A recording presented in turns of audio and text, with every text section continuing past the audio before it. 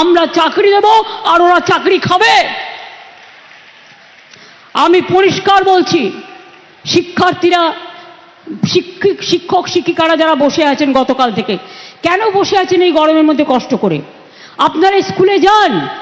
আমি তো আপনাদের বলেছি, সুপ্রিম কোর্টে আপনাদের টাকা বন্ধ করে দিয়েছিল, চাকরি বাতিল করে দিয়েছিল, কিন্তু আমরা তো রিভিউ পিটিশন করেছিলাম এবং তাতে তো আমরা বলেছি যে আপনারা মাইনে পাবেন এবং সিস্টেম অনুযায়ী মাইনে আপনাদের কাছে চলে যাবে।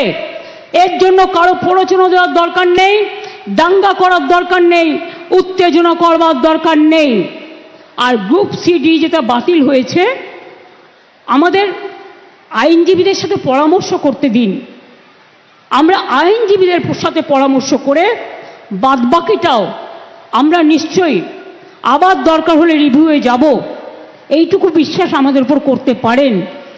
যারা আপনাদের চাকরি খেয়েছে তাদের উপর ভরসা করবেন না, যারা চাকরি ফিরিয়ে দিয়েছে তাদের উপর ভরসা করুন, আর যারা আগামী দিনও ফিরিয়ে দিতে পারে তাদের উপর ভরসা করুন।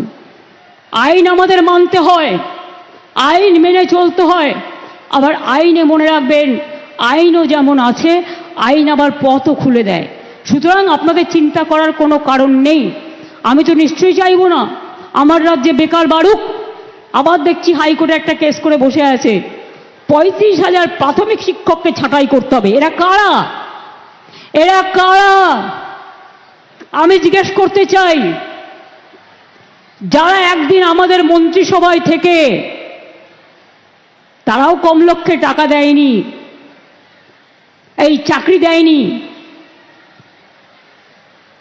একবার ভাবতে লজ্জা করছে না যে মানুষের চাকরিগুলো করার আগে তার একটা পরিবার আছে, তার সন্তান আছে, সে বাড়ি করেছে, ব্যাংকের লোন নিয়ে কি করে শোধ করবে? একবার চিন্তা করে দেখবেন না? রাজনীতি করতে গেলে শুধু দানবিক মুখ, মানবিক মুখটা কোথায় যাবে? মানবিক মুখের আজকে সবচেয়ে বেশি প্রয়োজন। আর শিক্ষক শিক্ষিকারা আমি বলি, আপনারা নিশ্চিন্তে স্কুলে গিয়ে ক্লাস করুন, আপনাদের মাইনে নিয়ে ভাবতে হবে না।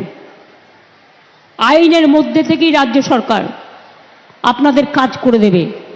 আপনি এ না বি এটা কোর্ট ঠিক করবে, আমরা নই।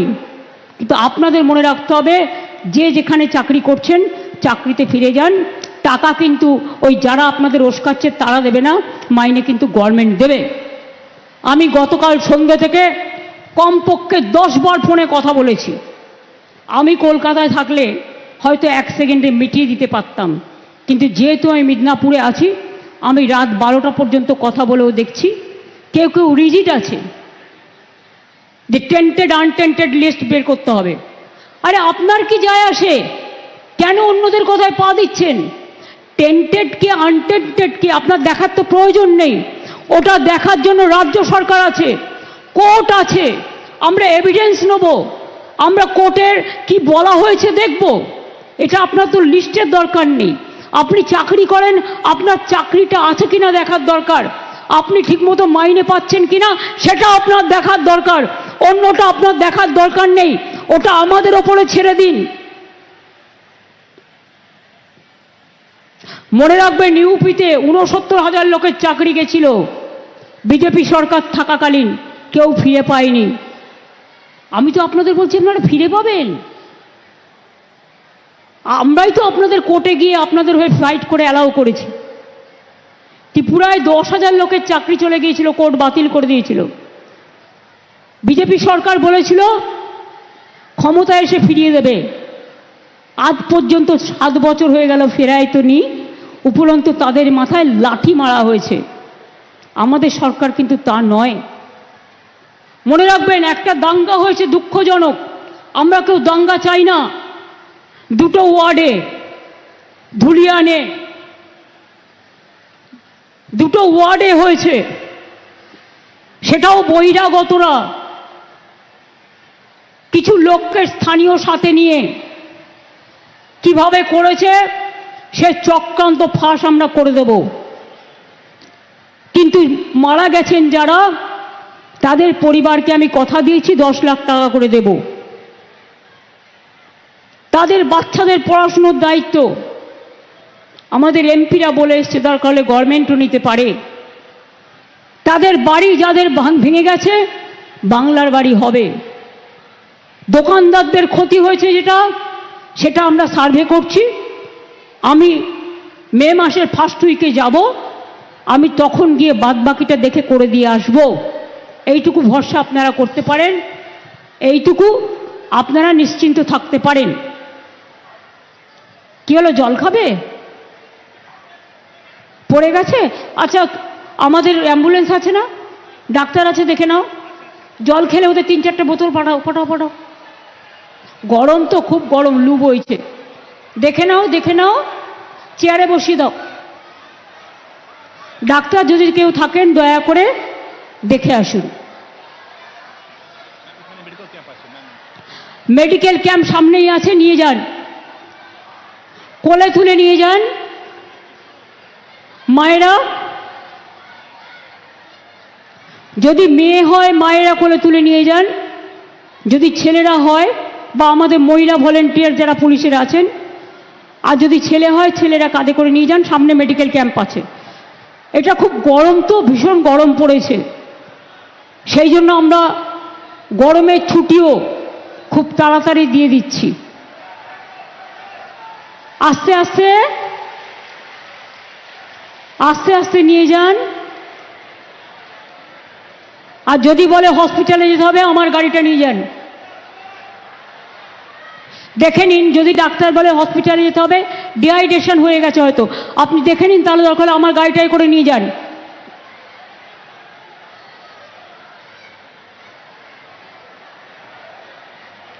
আস্তে, অত গরমের মধ্যে ভিড় করবেন না, আস্তে করে বের করুন।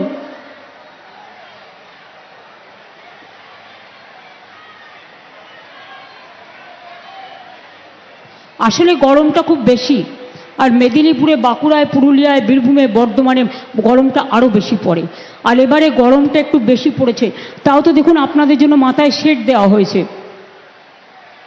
জায়গায় জায়গায় পাখা দেওয়া হয়েছে, কিন্তু এই গরম কি আর আটকায়?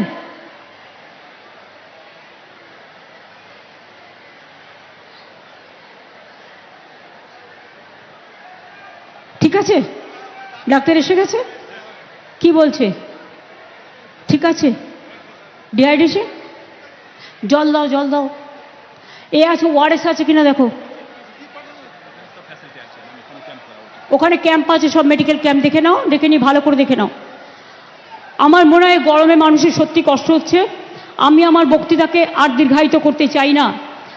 আপনাদের কাছে লাস্ট আমি বলবো, দীঘায় আমরা জগন্নাথ ধাম করছি, জানেন তো? খুশি তো? তাহলে একবার জয় জগন্নাথ হয়ে যাক, জয় বাংলা হয়ে যাক। তাহলে অক্ষয় তৃতীয়ার দিন জগন্নাথ ধামের উদ্বোধন হবে। যারা যেতে পারবেন না, ব্লকে ব্লকে এলইডি থাকবে, যাতে আপনারা সকলে দেখতে পান। এটা হাজার হাজার বছর ধরে থাকবে, একদম পুরীর উচ্চতায়, ওই উচ্চতায় করা হয়েছে, এবং এটা খুব ভালোভাবে হবে। দীঘা আপনাদের কাছে আরও উন্নত হবে, এবং আপনাদের সকলের ধর্মীয় সেন্টিমেন্টকে মর্যাদা দিয়েই পুরী যেমন পুরী সমুদ্রের ধারে, দীঘা সমুদ্রের ধারেও জগন্নাথ মন্দির করে দেওয়া হচ্ছে, জগন্নাথ ধাম, যেটা আর একটু বড় হচ্ছে জায়গায়, মানে চওড়ায়। আপনারা সবাই যাবেন, ভালো থাকবেন, সুস্থ থাকবেন এবং সুন্দর থাকবেন। আমি আপনাদের সকলকে অনেক অনেক ধন্যবাদ এবং অভিনন্দন জানাচ্ছি। আমি আপনাদের